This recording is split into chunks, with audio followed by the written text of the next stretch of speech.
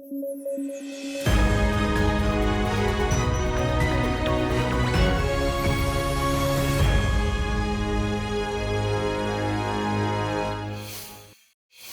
खबरों की शुरुआत करें। बीते दिनों बांग्लादेश की प्रधानमंत्री शेख हसीना भारत की यात्रा पर थी। इस मौके पर दोनों पक्षों की तरफ से कई समझौतों पर हस्ताक्षर किए गए। इसमें कुशियारा नदी के पानी को लेकर भी समझौता किया गया। गंगा वाटर ट्रीटी 1996 के बाद किया गया ये पहला जल समझौता है। कुशियारा नदी बराक की सहायक नदी है जो कि भारत और बांग्लादेश दोनों में बहती है। गौरतलब है कि पिछली एक शताब्दी से बराक नदी के पानी के बहाव में इतना बदलाव आया है। इसका कुछ पानी कुशियारा नदी में और कुछ सूरमा नदी में जा रहा है। नदी के बहाव में इस बदलाव के चलते बांग्लादेश में मानसून में बाढ़ और सर्दियों में सूखे जैसी स्थिति बन जाती है।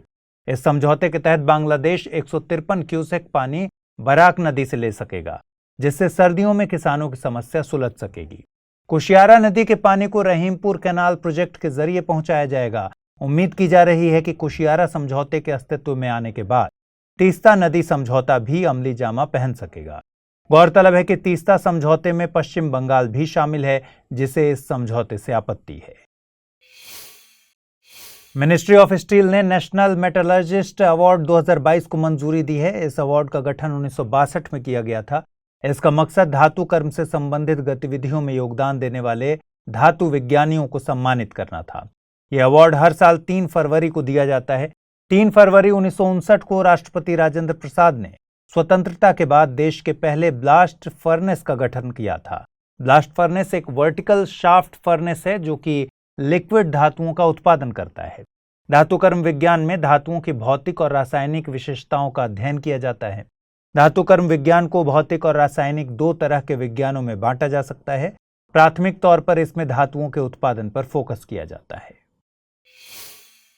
एक सेमिनार को संबोधित करते हुए रक्षा मंत्री राजनाथ सिंह ने कहा कि भारत तीनों सेनाओं की ज्वाइंटनेस की तरफ बढ़ रहा है। इसके जरिए तीनों सेनाओं के रिसोर्सेज को एक ही पॉइंट से लॉजिस्टिक मुहैया कराए जाएंगे। भारत की तीनों सेनाओं को ज्वाइंट करने के प्रयास लंबे समय से चले आ रहे हैं। आजादी के बाद साल 1949 में एक ज्वाइंट सर्विस विंग गठित की गई थी। साल 1954 में joint service wing national defence academy में तब्दील की गई।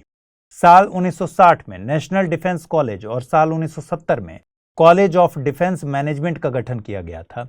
यह ज्वाइंट एजुकेशनल फ्रेमवर्क तीनों सेनाओं के ऑफिसर्स को एक साथ लेकर आया। तीनों सेनाओं को संयुक्त करने के लिए चीफ ऑफ डिफेंस स्टाफ का पद भी सृजित किया गया है। इसका मकसद तीनों सेनाओं के बीच में सिनर्जी बनाना है। इससे भारत की रक्षा प्रणाली मजबूत हो सकेगी। चीफ ऑफ डिफेंस स्टाफ के पद की सिफारिश सबसे पहले के सुब्रमण्यम कमेटी ने की थी। साल 2017 में ज्वाइंट मिलिट्री डॉक्ट्रिन जारी की गई थी। हाल ही में जारी एक अध्ययन के मुताबिक क्लाइमेट मॉडल साइक्लोन्स के जरिए कोरल रीफ को होने वाले नुकसान का अनुमान नहीं लगा सकते। साइक्लोन्स में इतने डिस्ट्रक्टिव वेव्स होती हैं जो कोरल्स को नुकसान पहुंचाती हैं। सबसे खतरनाक वेदर साइक्लोन की आई के पास होता है। कोरल्स ऐसे मरीन इन्वर्टिब्रेट होते हैं जिनमें स्पाइन नहीं होती। ये सिंगल सेल एल्गी जूजेंथले के साथ सिम्बायोटिक रिलेशन में रहते हैं। आपको बता दें कि जब कोरल्स पर ताप, प्रकाश और पोषण जैसी स्थितियों में बदलाव के कारण दबाव पड़ता है तो कोरल जूजेंथले शैवाल के साथ सहजीविता यानी सिम्बायोटिक रिलेशन को खत्म कर देते हैं, जिससे ये सफेद रंग में तब्दील हो जाते हैं। इस घटना को कोरल ब्लीचिंग कहते हैं। कोरल ब्लीचिंग के लिए जिम्मेदार कारकों में महासागरों के तापमान में वृद्धि, प्रदूषित अपशिष्टों का महासागरों में बहाया जाना, सनलाइट का अधिक एक्सपोजर और एक्सट्रीम लो टाइड्स इत्यादि शामिल हैं। नीति आयोग राज्यों के स्तर पर समान निकाय बनाने की दिशा में प्रयास कर रहा है। नीति आयोग जैसा निकाय राज्यों के स्तर पर बनने से पुराने हो चुके योजना आयोगों को बदला जाएगा। इसका मकसद 2047 तक भारत को विकसित देश बनाना है। राज्यों में कर्नाटक, उत्तर प्रदेश, मध्य प्रदेश और असम ने इस दिशा में प्रयास शुरू भी कर दिए हैं। मार्च 2023 तक 8 से 10 राज्यों में इस तरह की संस्था के गठन का प्रयास किया जाना है। गौरतलब है कि जनवरी 2015 में 65 साल पुराने योजना आयोग की जगह पर नीति आयोग का गठन किया गया था। इसका मकसद राष्ट्रीय स्तर पर विकास के लिए एक संस्था का गठन करना था। योजना आयोग को खत्म करने के बाद प्लानिंग के फंड एलोकेशन की जिम्मेदारी वित्त मंत्रालय को सौंपी गई थी। नीति आयोग भारत सरकार का प्रमुख नीतिगत थिंक टैंक है जो दिशात्मक और नीतिगत इनपुट प्रदान करता है। नीति आयोग भारत सरकार के लिए दीर्घकालिक नीतियों और कार्यक्रमों को डिजाइन करने के साथ साथ केंद्र और राज्यों को तकनीकी सलाह भी प्रदान करता है। नीति आयोग के गवर्निंग काउंसिल के अध्यक्ष प्रधानमंत्री हैं और इसमें सभी राज्यों के मुख्यमंत्री और यूटीज के उपराज्यपाल शामिल हैं। हाल ही में United Nations human rights council की बैठक जेनेवा में आयोजित की गई। इस दौरान भारत ने श्रीलंका के तमिल मुद्दे को उठाया। भारत का कहना है कि श्रीलंका की सरकार ने तमिल मुद्दे का राजनीतिक समाधान नहीं निकाला है। श्रीलंका के तमिल मुद्दे के समाधान के तौर पर 13वें संविधान संशोधन को लागू करने की बात की जाती है। इसके तहत प्रोविंशियल काउंसिल्स को स्वायत्तता देने की बात कही गई है। साथ ही प्रोविंशियल काउंसिल के इलेक्शंस को जल्द से जल्द करवाने की बात भी की गई है। श्रीलंका में 9 ऐसी प्रोविंशियल काउंसिल्स हैं जिनका कार्यकाल 3 साल पहले ही खत्म हो चुका है, लेकिन वहां चुनाव नहीं करवाए गए हैं। भारत एक लंबे वक्त से यूनाइटेड श्रीलंका के तहत श्रीलंकाई तमिलों के लिए न्याय, शांति, समानता और गरिमा चाहता है। आपको बता दें कि श्रीलंका में तमिलों ने स्वायत्तता के लिए एक लंबा संघर्ष किया है। इसके चलते लिट्टे और श्रीलंका की सेना के बीच सिविल वॉर हुआ था। इस युद्ध की शांति के लिए जुलाई 1987 में इंडो श्रीलंका अकॉर्ड पर हस्ताक्षर हुए थे। इस पर भारत के प्रधानमंत्री राजीव गांधी और श्रीलंका के राष्ट्रपति JR जयवर्धन ने हस्ताक्षर किए थे। Parliamentary standing committee on health and family welfare ने कैंसर को नोटिफिएबल डिजीज के तौर पर क्लासिफाई करने की सिफारिश की है। कमेटी ने cancer care plan and management, prevention, diagnosis, research and affordability of cancer treatment report Rajya Sabha के चेयरमैन को सौंपी थी। रिपोर्ट के मुताबिक कैंसर को अभी तक नोटिफिएबल डिजीज के तौर पर क्लासिफाई नहीं किया गया है, जिसके चलते इससे होने वाली मौतों की अंडर रिपोर्टिंग होती है। समिति ने कोविन जैसे पोर्टल के निर्माण की बात की है, जिस पर कैंसर के मामले रजिस्टर किए जा सकें। रिपोर्ट में कैंसर के डेटा को आयुष्मान भारत के साथ लिंक करने की बात भी कही गई है, जिससे इंफॉर्मेशन सिस्टम को दुरुस्त किया जा सकता है। कैंसर शरीर में होने वाली एक असामान्य और खतरनाक स्थिति है। कैंसर तब होता है जब शरीर में कोशिकाएं असामान्य रूप से बढ़ने और विभाजित होने लगती हैं। हमारा शरीर खरबों कोशिकाओं से बना है। स्वस्थ कोशिकाएं शरीर की जरूरत के मुताबिक बढ़ती और विभाजित होती हैं। कोशिकाओं की उम्र जैसे जैसे बढ़ती या क्षतिग्रस्त होती है, ये कोशिकाएं मर भी जाती हैं। इनकी जगह नई कोशिकाओं का निर्माण होता है। यदि किसी को कैंसर होता है तो कोशिकाएं इस प्रोसेस को करना बंद कर देती हैं। पुरानी और क्षतिग्रस्त कोशिकाएं मरने के बजाय जीवित रह जाती हैं और जरूरत नहीं होने के बावजूद भी नई कोशिकाओं का निर्माण होने लगता है। यही अतिरिक्त कोशिकाएं अनियंत्रित रूप से विभाजित होती हैं, जिसके चलते ट्यूमर होता है। अधिकतर कैंसर ट्यूमरस होते हैं, लेकिन ब्लड कैंसर में ट्यूमर नहीं होता। हालांकि हर ट्यूमर कैंसर नहीं होता। कैंसर शरीर के किसी भी हिस्से में डेवलप हो सकता है। हाल ही में स्वास्थ्य मंत्री मनसुख मंडाविया ने NLEM यानी national list of essential medicine जारी की थी। इसमें 384 दवाएं शामिल की गई हैं, जिनमें से 34 नई दवाएं जोड़ी गई हैं। इसका मकसद लोगों की गुणवत्ता वाली दवाओं तक पहुंच सुनिश्चित करना है।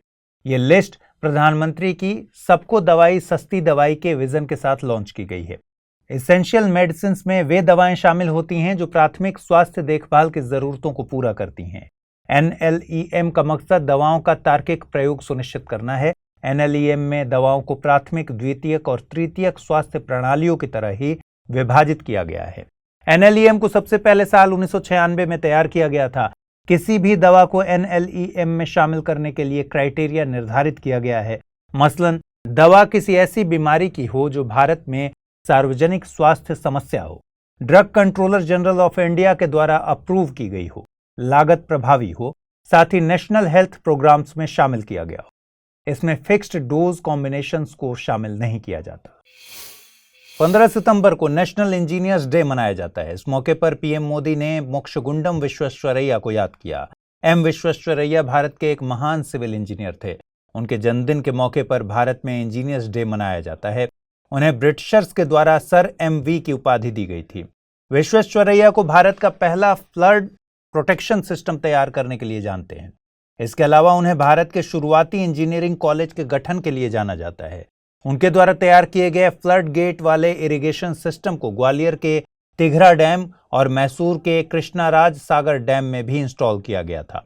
इंजीनियरिंग में योगदान के अलावा उन्हें इकोनॉमिक प्लानिंग के लिए भी जानते हैं। उन्होंने रिकंस्ट्रक्टिंग इंडिया साल 1920 में और प्लान्ड इकोनॉमी ऑफ इंडिया 1934 में लिखी थी। साल 1955 में उन्हें भारत रत्न से नवाजा गया था। प्रधानमंत्री नरेंद्र मोदी की अध्यक्षता में कैबिनेट ने 4 नई जनजातियों को अनुसूचित जनजाति की लिस्ट में शामिल करने का निर्णय लिया है। ये जनजातियां हिमाचल प्रदेश, तमिलनाडु और छत्तीसगढ़ की हैं। इन्हें इस सूची में शामिल करने की कवायद लंबे समय से चल रही थी। इसमें हिमाचल प्रदेश की हैती जनजाति, तमिलनाडु की नारीकोरावन और कुरीविक्कारन जनजाति और छत्तीसगढ़ की बिंझिया जनजाति शामिल थी, जो कि झारखंड और ओडिशा में जनजाति के तौर पर लिस्टेड थीं। इसके अलावा कैबिनेट ने उत्तर प्रदेश के 13 जिलों में रहने वाले गोंड समुदाय को एससी की लिस्ट से एसटी की लिस्ट में शामिल करने का प्रस्ताव भी पारित किया है। इसमें गोंड समुदाय के धुरिया, राजगोंड, ओझा, नायक और पठारी सभी 5 उप जनजातियां शामिल हैं। किसी भी जनजाति को अनुसूचित जनजाति की सूची में शामिल होने के लिए एक लंबी प्रक्रिया से गुजरना पड़ता है। सबसे पहले संबंधित राज्य सरकार इसके लिए सिफारिश करती है। इसके बाद ये सिफारिशें केंद्रीय जनजाति कार्य मंत्रालय को सौंपी जाती हैं, जो कि इसकी समीक्षा करके लिस्ट को रजिस्ट्रार जनरल ऑफ इंडिया के अप्रूवल के लिए भेजता है। इसके बाद राष्ट्रीय अनुसूचित जनजाति आयोग के पास लिस्ट जाती है। इसके अप्रूवल के बाद इसे कैबिनेट को भेजा जाता है। आपको बता दें कि एनसीएसटी एक संवैधानिक निकाय है। इसका गठन संविधान के अनुच्छेद 338A के जरिए किया गया है। इस अनुच्छेद को संविधान में 89वें संशोधन अधिनियम 2003 से जोड़ा गया था। वर्तमान में कमीशन के अध्यक्ष हर्ष चौहान हैं। कुछ मामलों में कमीशन को सिविल कोर्ट की शक्तियां हासिल हैं।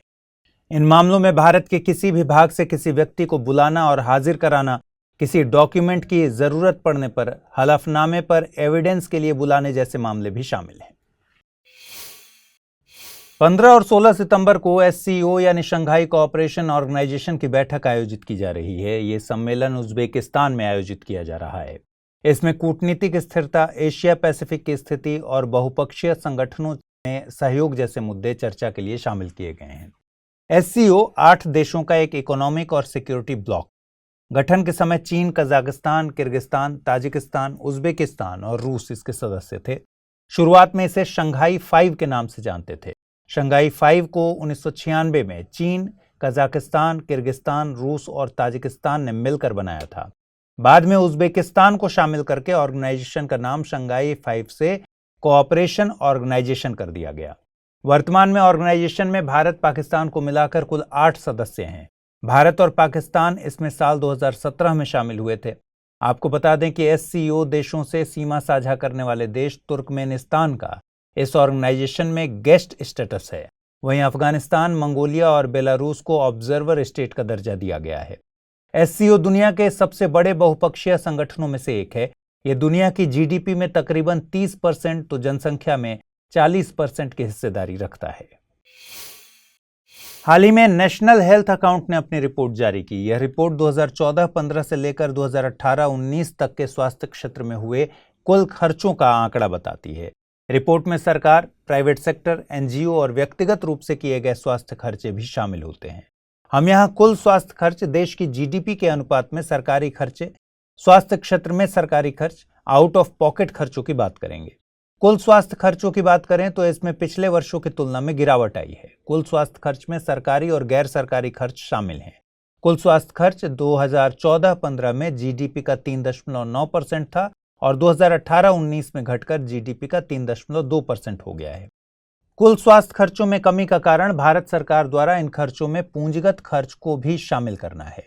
इसका मतलब यह हुआ कि अभी कुल खर्चों की कैलकुलेशन में बिल्डिंग, उपकरण या अन्य टिकाऊ सामान आदि पर किए गए खर्च को भी शामिल किया जा रहा है। यह वन टाइम खर्च होते हैं। नेशनल हेल्थ अकाउंट 2018-19 की रिपोर्ट के सबसे महत्वपूर्ण निष्कर्षों में एक यह है कि देश की जीडीपी के अनुपात में सरकारी खर्चे 2017-18 की तुलना में कम हुए हैं। ये खर्चे 2018-19 में जीडीपी का 1.28% हैं, जबकि 2017-18 में ये खर्चे जीडीपी के अनुपात में 1.35% थे। हालांकि 2014-15 की तुलना में ये खर्चे बढ़े हैं। अगर हम केवल सरकारी खर्च की बात करें तो सरकारी खर्च 2014-15 की तुलना में बढ़ गया है। 2018-19 में सरकारी खर्च जीडीपी का 1.28% है।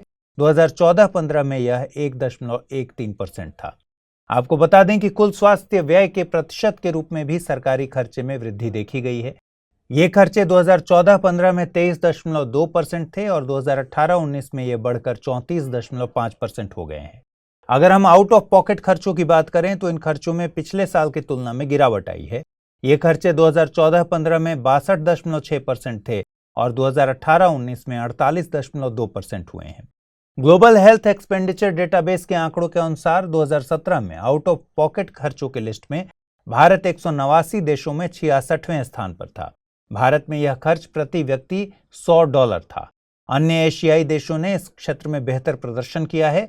भूटान, बांग्लादेश, पाकिस्तान और नेपाल जैसे देशों में आउट ऑफ पॉकेट खर्च भारत से काफी कम है। गौरतलब है कि आउट ऑफ पॉकेट खर्च का मतलब है कि व्यक्तियों ने अपनी खुद की जेब से स्वास्थ्य सेवाओं पर कितना खर्च किया है। हाल ही में केंद्रीय ग्रामीण विकास मंत्रालय ने राज्यों के लिए पेनाल्टी क्लॉज पेश किया है। यह पेनाल्टी क्लॉज प्रधानमंत्री ग्रामीण आवास योजना के लक्ष्यों को हासिल न कर पाने को लेकर बनाया गया है। गौरतलब है कि प्रधानमंत्री ग्रामीण आवास योजना अप्रैल 2016 में शुरू की गई थी। यह केंद्र सरकार की प्रमुख ग्रामीण योजना है। योजना के तहत सरकार ने 2.95 करोड़ आवासों को बनाने का लक्ष्य रखा था।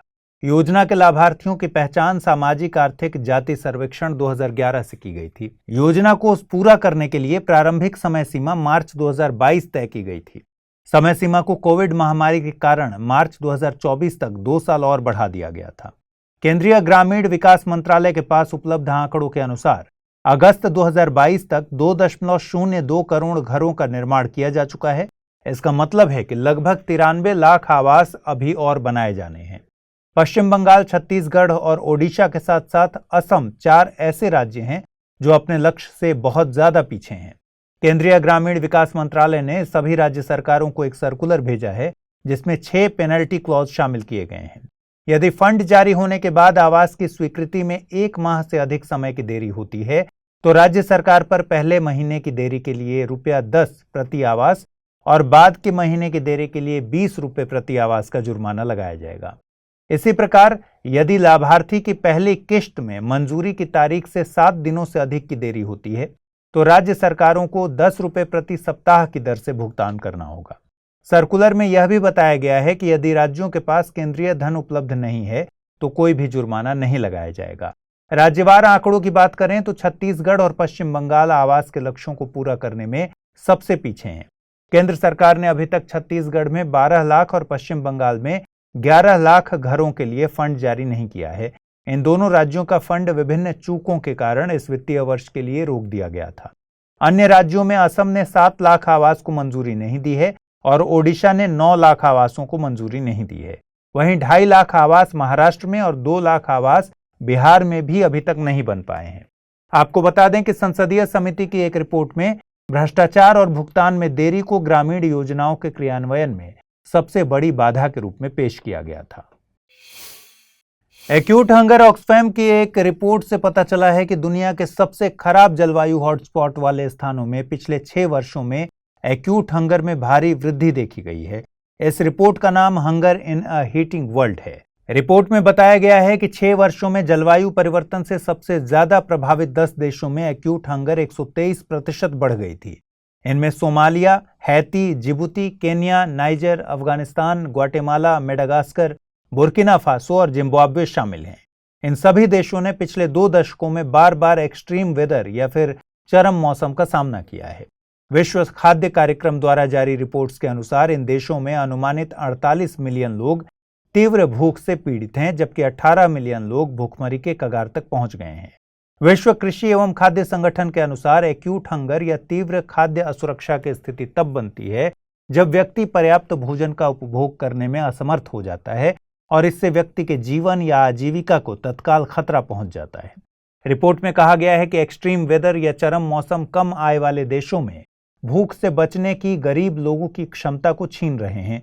उदाहरण के लिए सोमालिया अपने सबसे खराब सूखे का सामना कर रहा है, जिससे 10 लाख लोग अपने घरों को छोड़कर भाग गए हैं। जलवायु परिवर्तन के कारण भीषण गर्मी की लहरें और बाढ़ जैसी चरम मौसम की स्थिति पैदा हो रही है, जो खाद्य संसाधनों को भी समाप्त कर देती है। उदाहरण के लिए पाकिस्तान में बाढ़ ने फसलों और खेतों की ऊपरी मिट्टी को बहा दिया है और खेती के बुनियादी ढांचे को नष्ट कर दिया है। ग्वाटेमाला में मक्के की फसल का लगभग 80% खराब मौसम के कारण नष्ट हो गया।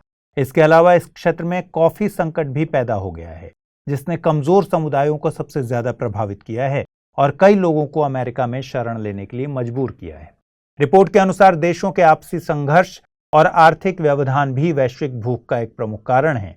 इन कारणों में से कोविड-19 भी शामिल है। प्रदूषण फैलाने वाले औद्योगिक राष्ट्र जैसे कि G20 दुनिया के 3/4 से अधिक कार्बन उत्सर्जन के लिए जिम्मेदार हैं, जबकि 10 जलवायु हॉटस्पॉट सामूहिक रूप से सिर्फ 0.13% के लिए जिम्मेदार हैं। रिपोर्ट में अमीर देशों से अपने उत्सर्जन में भारी कटौती करने और कम आय वाले देशों को मुआवजा देने की अपील की गई है।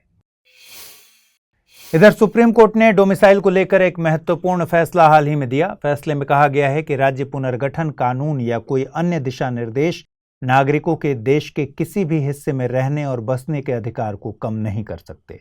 मामला तेलंगाना में तैनात अधिकारी का है। अधिकारी का तर्क था कि आंध्र प्रदेश के विभाजन के समय वो हैदराबाद में तैनात थे और उन्हें तेलंगाना का स्थानीय अधिकारी माना जाना चाहिए। आंध्र प्रदेश राज्य पुनर्गठन अधिनियम 2014 के प्रावधानों के तहत अधिकारी को आंध्र प्रदेश की डोमिसाइल जारी की गई थी। सुप्रीम कोर्ट ने इस मामले पर कहा कि देश में केवल एक डोमिसाइल है और राज्यों के लिए कोई अलग डोमिसाइल का प्रावधान नहीं है। कोर्ट ने इस मामले पर आगे कहा कि संविधान के तहत भारत राज्यों का एक संघ है। हर राज्य का हर हिस्सा भारत का एक अभिन्न और अविभाज्य अंग है।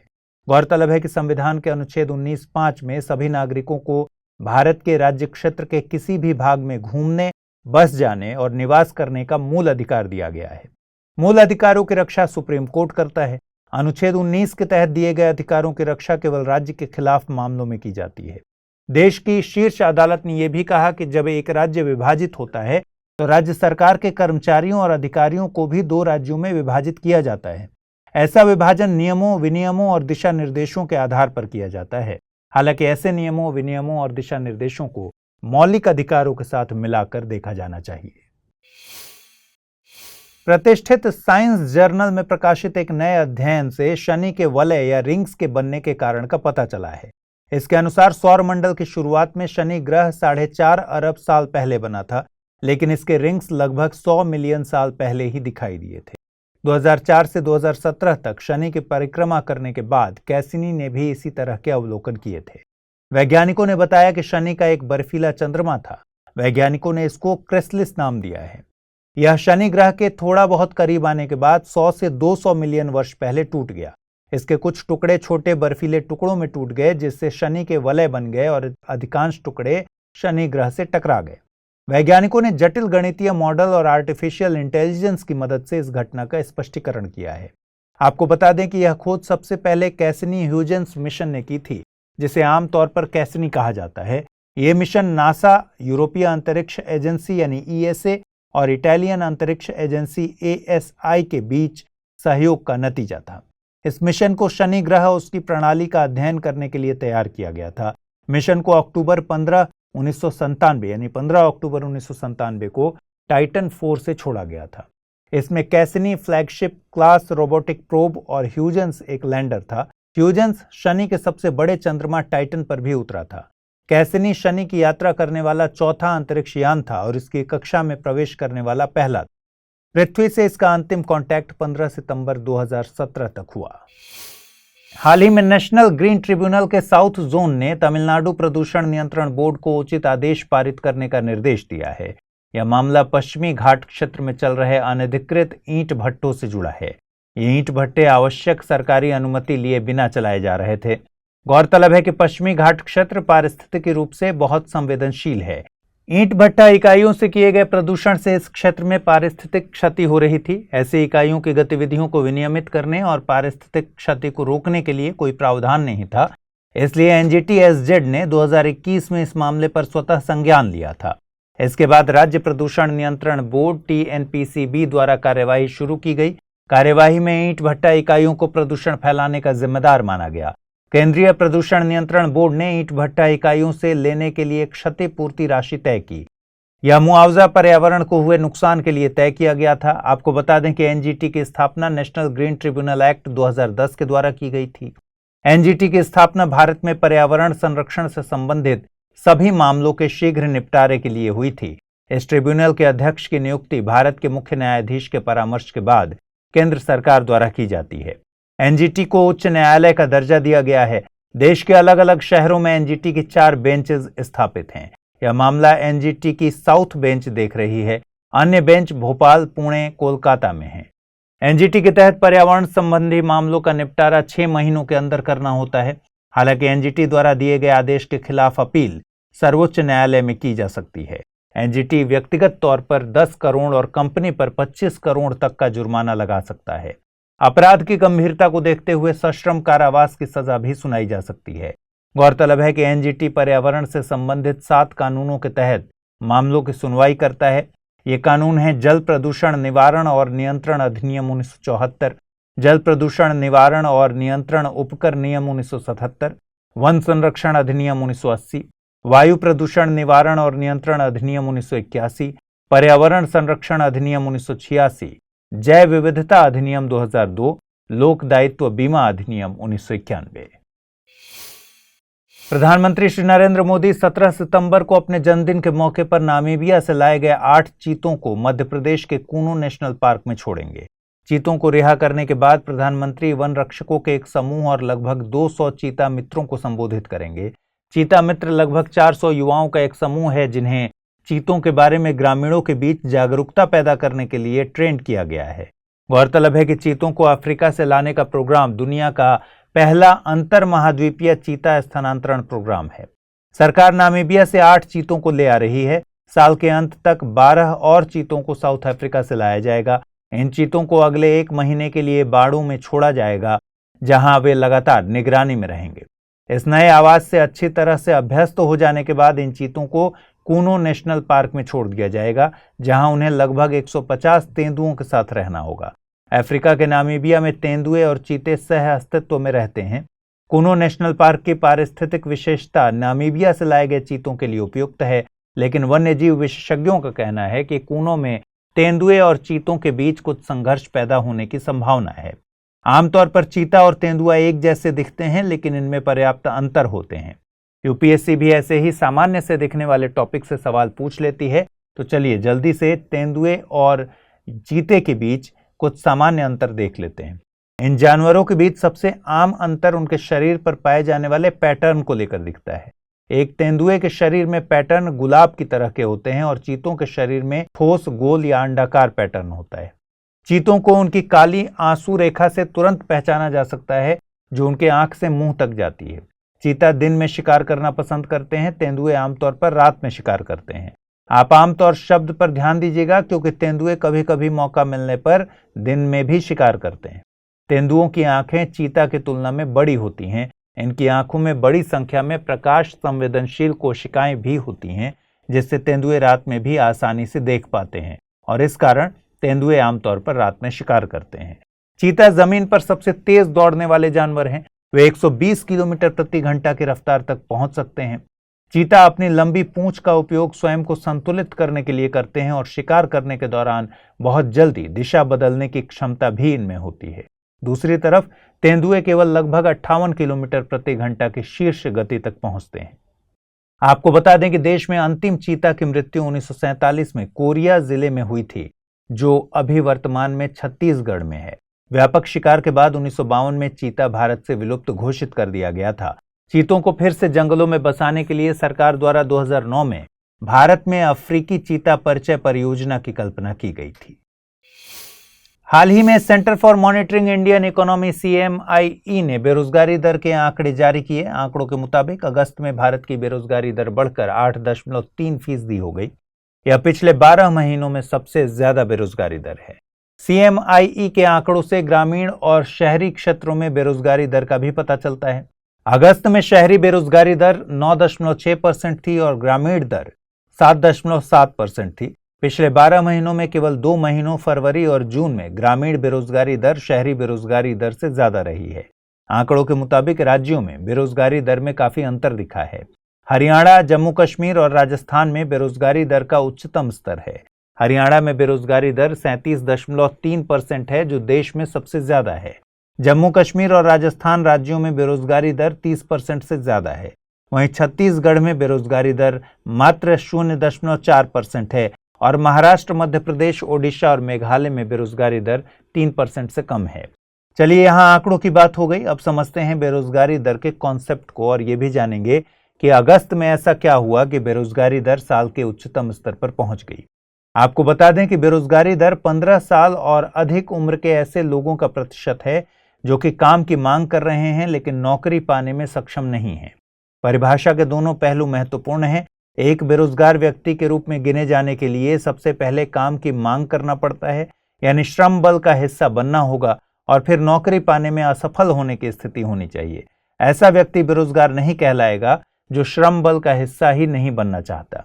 गणितीय रूप से इसे कहेंगे बेरोजगारी दर इज इक्वल टू कुल बेरोजगार बाय कुल श्रम बल। दूसरे शब्दों में बेरोजगारी दर को श्रम बल के प्रतिशत के रूप में व्यक्त किया जाता है, न कि कुल जनसंख्या के प्रतिशत के रूप में। श्रम बल का आकार यानी काम की मांग करने वाले 15 वर्ष और अधिक उम्र के लोगों का प्रतिशत समय के साथ बदलता रहता है और इसे श्रम बल भागीदारी दर LFPR द्वारा मापा जाता है। चूंकि बेरोजगारी दर कुल बेरोजगार और कुल श्रम बल के बीच का अनुपात है, इसलिए जब भी बेरोजगारों की संख्या कुल श्रम बल से बढ़ जाती है तो यह बेरोजगारी दर बढ़ा देती है, और इसका उल्टा भी होता है, यानी जब बेरोजगारों की संख्या कुल श्रम बल से कम हो जाए तो यह बेरोजगारी दर को घटा देती है। अब बात करें अगस्त में ऐसा क्या हुआ कि बेरोजगारी दर पिछले 12 महीनों में सबसे ज्यादा रही, तो इसका कारण यह है कि अगस्त में 2.6 मिलियन लोगों ने मौजूदा नौकरियों को छोड़ दिया, जिससे बेरोजगारों की कुल संख्या में 6.6 मिलियन की वृद्धि हुई, जबकि श्रम बल में सिर्फ 4 मिलियन की ही वृद्धि हुई। दूसरे शब्दों में अर्थव्यवस्था में नई नौकरियां पैदा तो हुई, लेकिन लोगों के द्वारा अपनी मौजूदा नौकरियों को छोड़ने से बेरोजगारी दर में वृद्धि देखने को मिली। हाल ही में भारत और चीन ने पूर्वी लद्दाख के गोगरा हॉट स्प्रिंग्स क्षेत्र में पेट्रोलिंग पॉइंट PP-15 से सैनिकों की वापसी की पुष्टि की। कुछ दिनों पहले भारत और चीन ने घोषणा की थी कि उनकी सेनाओं ने गोगरा हॉट स्प्रिंग्स में PP-15 से पीछे होना शुरू कर दिया है। इस मामले में भारत चीन कोर कमांडर स्तर की बैठक के 16वें दौर में आम सहमति बनी। दोनों देशों द्वारा यह कदम मई 2020 से चल रहे गतिरोध को समाप्त करने के लिए उठाया गया था। विदेश मंत्रालय ने कहा था कि दोनों देश PP-15 से सैनिकों की वापसी के पूरा होने के बाद ही LAC सहित अन्य मुद्दों पर चर्चा करेंगे। आपको बता दें कि डेमचोक और देप्सांग क्षेत्र पूर्वी लद्दाख में विवादित क्षेत्र हैं। इन क्षेत्रों को चीन गलवान घाटी विवाद का हिस्सा नहीं मानता। इसका मतलब ये कि इस क्षेत्र से चीन पीछे नहीं हटेगा और ये क्षेत्र अभी संघर्ष के बिंदु बने हुए हैं। देप्सांग काराकोरम दर्रे के करीब भी है, जहां से भारत के लिए बहुत रणनीतिक साल्टेरो रिज और सियाचिन ग्लेशियर दिखाई देते हैं।